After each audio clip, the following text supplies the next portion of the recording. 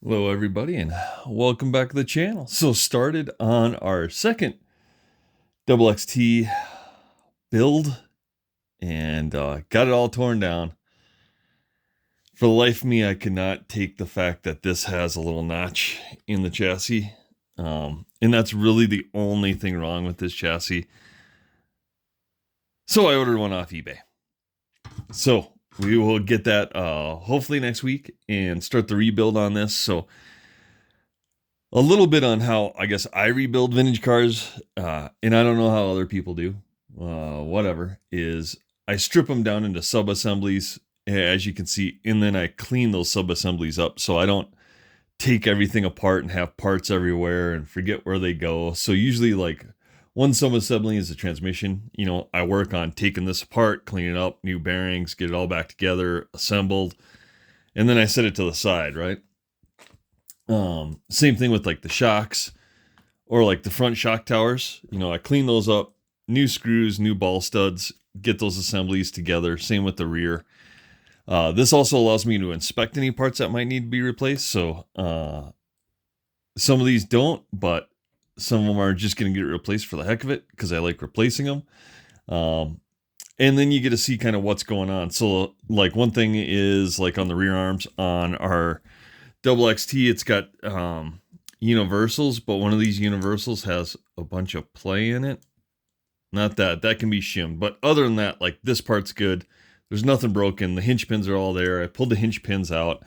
They're in good shape, but like what I noticed on one of the rears is this universal has some play in it, and I don't know if that can be fixed. So I will see.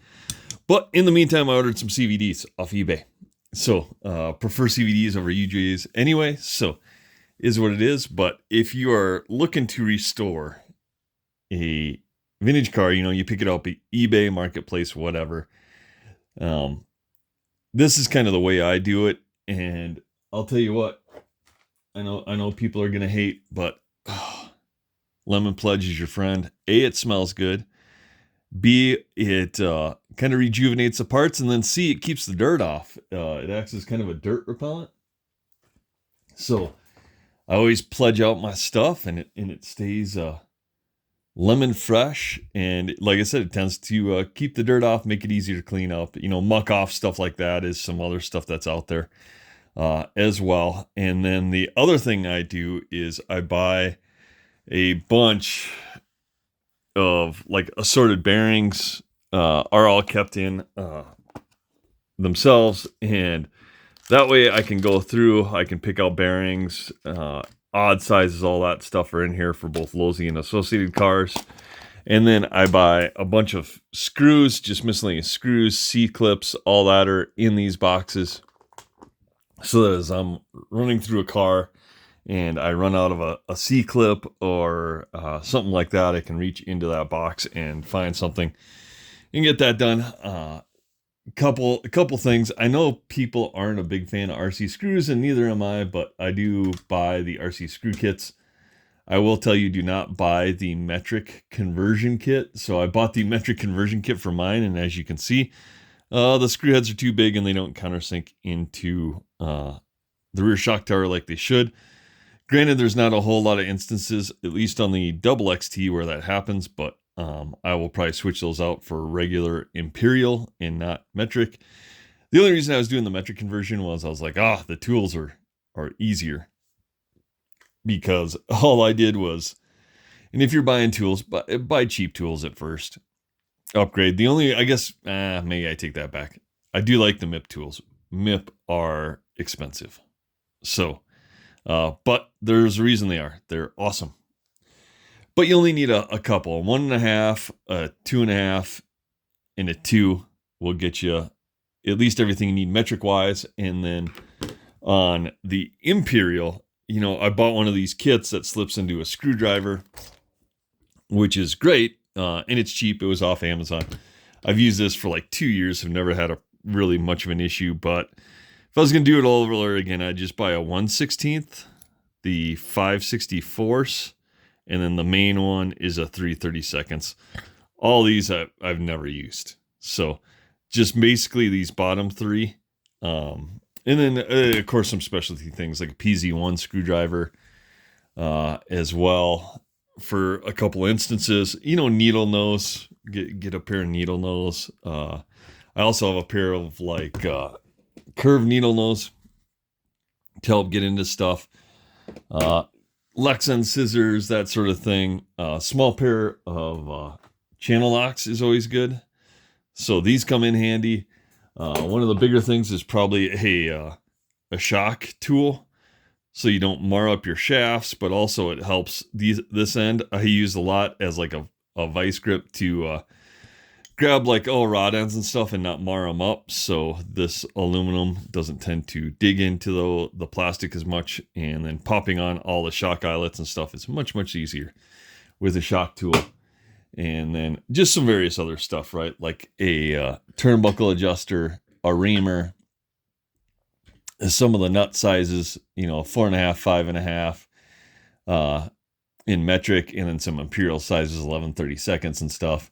Some miscellaneous fluids, got, CA glue and some stuff like that. So these are, it's a small amount of tools, and that's all I've ever used to restore and build all of my cars. So I know someone asked a question, but that's what I do. And then, like I said, the process for me to restore a car is I don't blow it all apart, because I tend to forget what parts go where, even though often you can print out all the manuals online for almost any car, Lowe's, Associated, etc. But I prefer to work in sub-assemblies, get them cleaned up, done, new hardware installed, and then I set them aside. If I had a chassis, these would already be back on the chassis, and then I'd be working on the arm. So like typically what I do on an arm is I take one, I'll take all the C-clips off, pull everything apart, clean it up.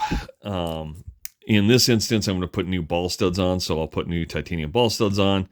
I have RPM ends, and I am probably going to order different turnbuckles, even though these Technocraft are cool. The rear are not correct. So I'll probably order a whole bunch of Dragon Punch, and I'll leave these as spares, and then I'll put RPM arms on. I didn't even notice this has one RPM arm and one Lowe's. So anyway, we'll get all that taken care of, get all that sorted out. So then once I rebuild this, obviously I'd put it on the assembly, and I'd move on to the next one. Rear hubs, is something where I do all new bearings on it. I have a bunch of axle shims, so I can shim any of the excessive play out of there.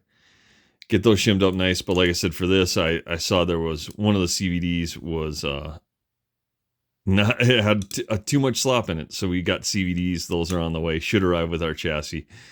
That'll allow me to rebuild these assemblies and get that truck back together. And the other thing I'll tell you is, don't sit down and do this shit for like 6 hours. Do it for like an hour and a half. I come down here usually every night after my kids go to bed, work for like an hour or so, come up with a plan and say, all right, I'm going to, like last night I said, all right, I'm going to get the shock towers done. I'm going to clean it up. I'm going to get the new hardware put in there and make sure I'm not missing anything. So that's what I did last night. And then started kind of getting some parts together that I know, RPM, tie rod or ball cups. And then that's when I was like, I'll order new tie rods. So I was coming up with a list of stuff I have to order today. Switched out the bulkhead from the old vintage Lowe's that probably won't last too long on a racetrack to our Sabula-Tech. Have a full bag, spare of parts, and then, probably this weekend I'll tear down the transmission, get the transmission rebuilt and ready to go, and then figure out some type of slipper assembly for that. But that'll get redone and ready to go as well. So yeah, that's how I rebuild all my cars. If there's something that needs to be rebuilt and it's not a new re kit, but that's what we did over here on our LXT, and it turned out great. So this is ready to go. I put a servo in it, but I'll probably take it out. It's just kind of a placeholder for now. But for those of that haven't seen it, I'll give a quick peek. And I think this LXT body, and someone correct me if I'm wrong down on the bottom, I believe this is an Andy's custom painted body, because I have seen very similar paint schemes on other like LXTs. I looked up LXT on YouTube. There's one guy that has one, only his is like black and this is a little bit different. but I could tell by like the roof graphic, like this roof stripe was very similar on all of them. So did put a spoiler on the back at J Concepts, but yeah, we got everything cleaned up, a servo in there as well. So I don't know exactly what we're gonna do with this thing, but it's cleaned up and it's looking good. So man, it's nice. So we'll see on that. But another thing you'll need if you're doing any serious RC stuff is a soldering station, obviously, as well. So get a soldering station, get yourself some wire strippers and clippers. Another must-have thing, I think, to at least get somewhat close to what you need to get close to is obviously a caliper gauge. I use just a digital cheap one, and that works well enough to at least get initial settings when you're setting turnbuckles and measuring like shock length to make sure your eyelets are screwed in the same and all that. So that's another big one. But yeah, other than dropped you there. Other than that, though, there's no secret to restoring vintage cars. Like I said, I think the biggest thing is tearing down and cleaning up and realizing what parts you're missing or what parts you need to replace, because obviously those parts take a couple days, if not a week, usually to get here to people, especially for me. So I like to order those parts right away, get them coming, and then start on I call them, like I said, sub-assemblies, right? So I break everything down into kind of sub-assembly components, and I deal just with that one component. And that tends to make life a lot easier. So again, our Double XT Part 2 is coming together. Got to wait on some parts, so it'll be shelved a little bit.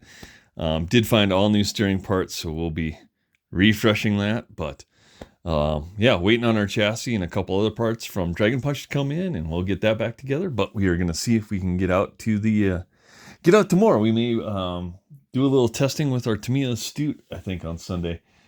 Throw a transponder in there, run some lap times, and see where we're looking there. But again, like, comment, subscribe down below, and we'll see you on the next one.